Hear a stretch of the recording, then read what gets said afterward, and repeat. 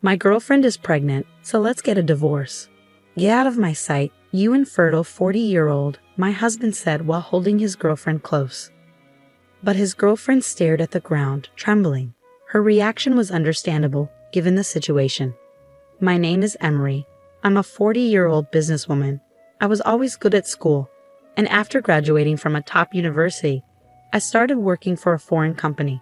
I worked abroad for many years and was promoted to department head when I returned to the States.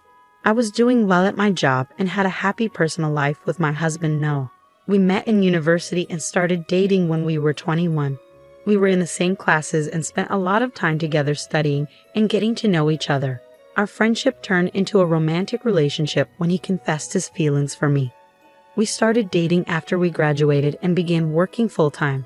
3 years later, my bosses told me I'd be sent to Japan for a 5-year assignment. That's when Noah proposed. I was worried about the long distance, but he said he'd quit his job and come with me. I was thrilled he was so serious about our marriage, so I said yes. We got married and moved to Japan together. I was very busy with my job, and Noah started working part-time at a local restaurant. They gave us some side dishes again today. Fried shrimp. Nice. Looks delicious, I said. Since Noah worked at a restaurant, I didn't have to cook dinner. We managed well with the food he brought home. On weekends, we traveled around Japan, making our time abroad really fun.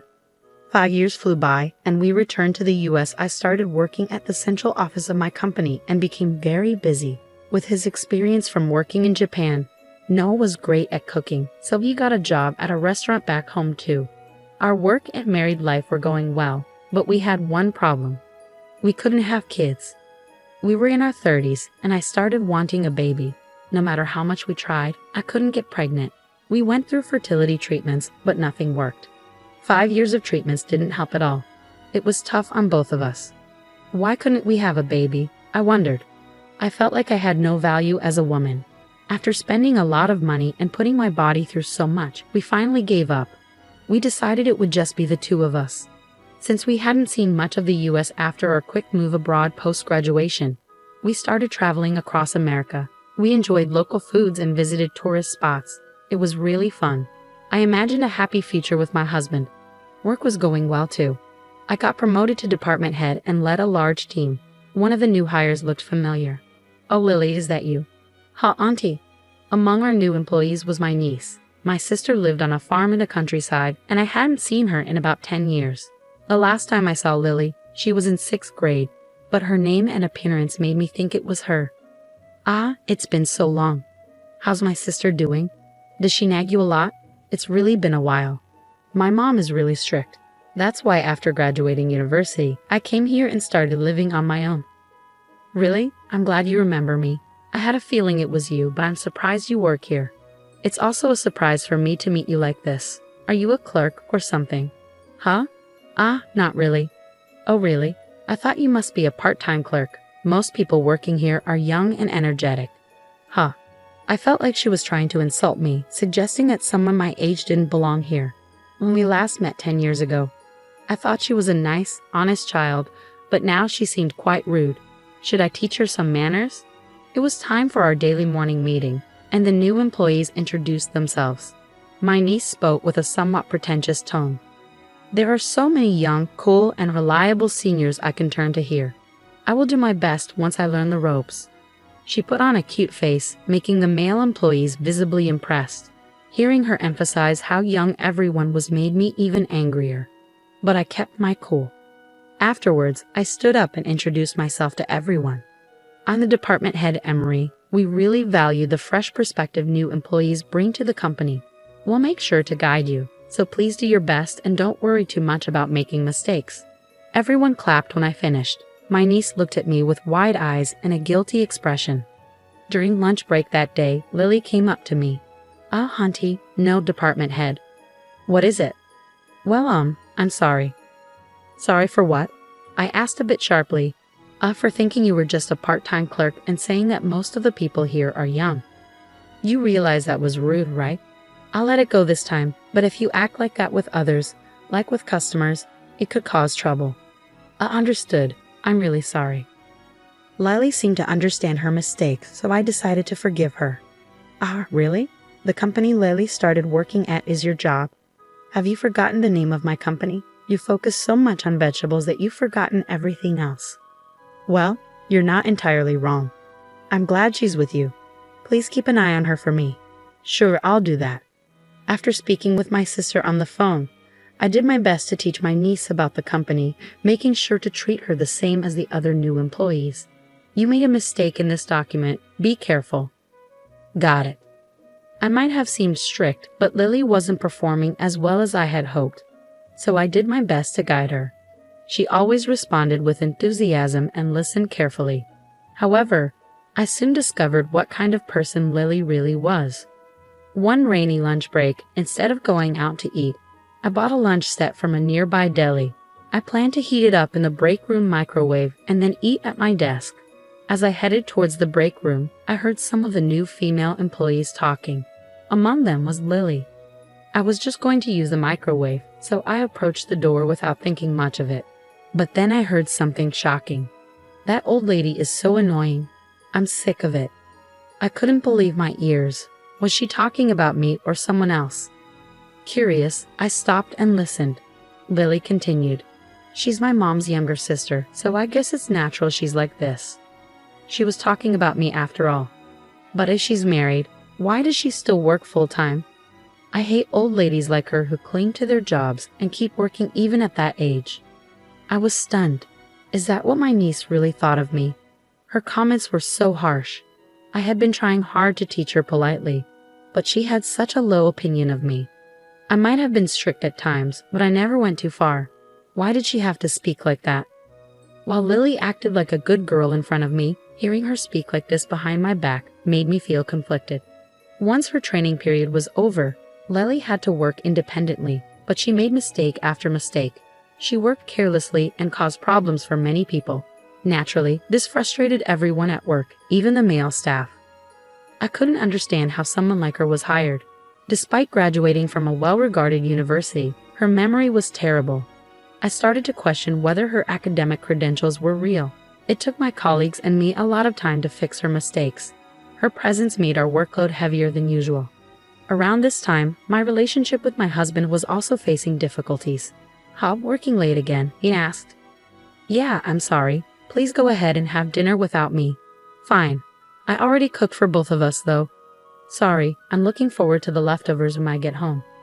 Noah wasn't happy about me working late. When I came home, he was often in a bad mood and sometimes already in bed. Since he worked in a restaurant, weekends were busy for him, and he frequently go out drinking with colleagues, not coming home until after midnight. Because of this, we spent less and less time together. I never thought we'd end up like this after getting along so well for so long. Meanwhile, my niece started causing more problems at work. She began taking regular time off, claiming she felt unwell. Despite her mistakes and the issues she caused, there were still tasks she could handle. But her frequent absences meant others had to cover for her, leading to more overtime for everyone. As the department head, I was unsure what to do. With worries piling up both at work and at home, I felt completely drained. One weekend, I was at home resting after dinner when my husband finally came in around 11 p.m. As he entered the living room, I noticed someone walking in behind him. "Welcome home." "Oh, we have a guest."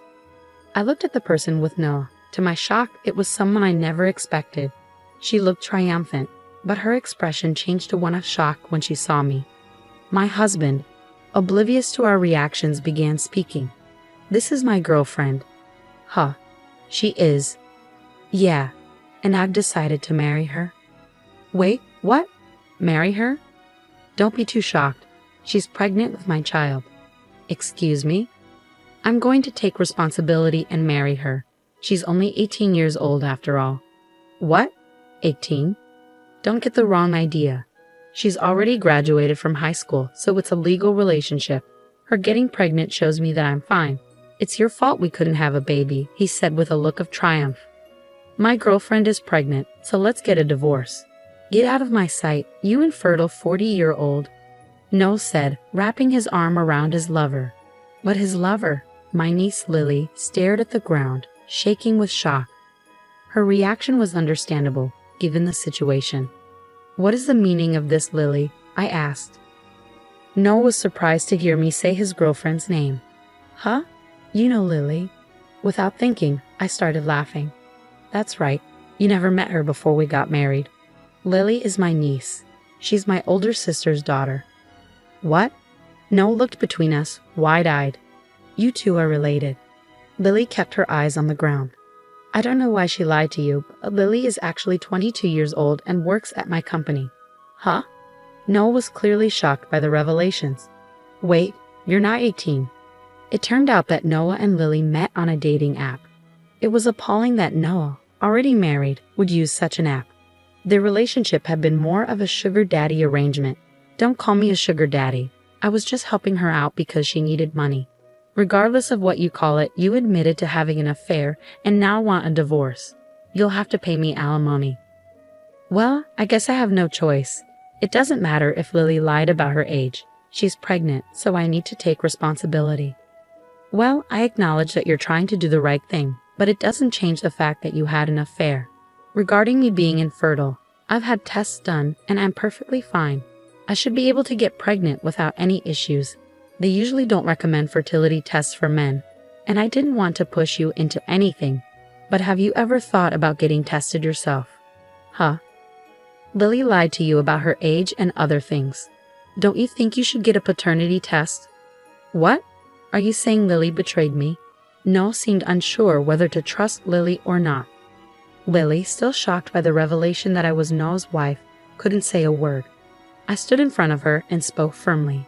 I will tell my sister about what happened and will report this to our company. I've overlooked the fact that you complained about me behind my back and called me an annoying old lady. I can't tolerate this anymore.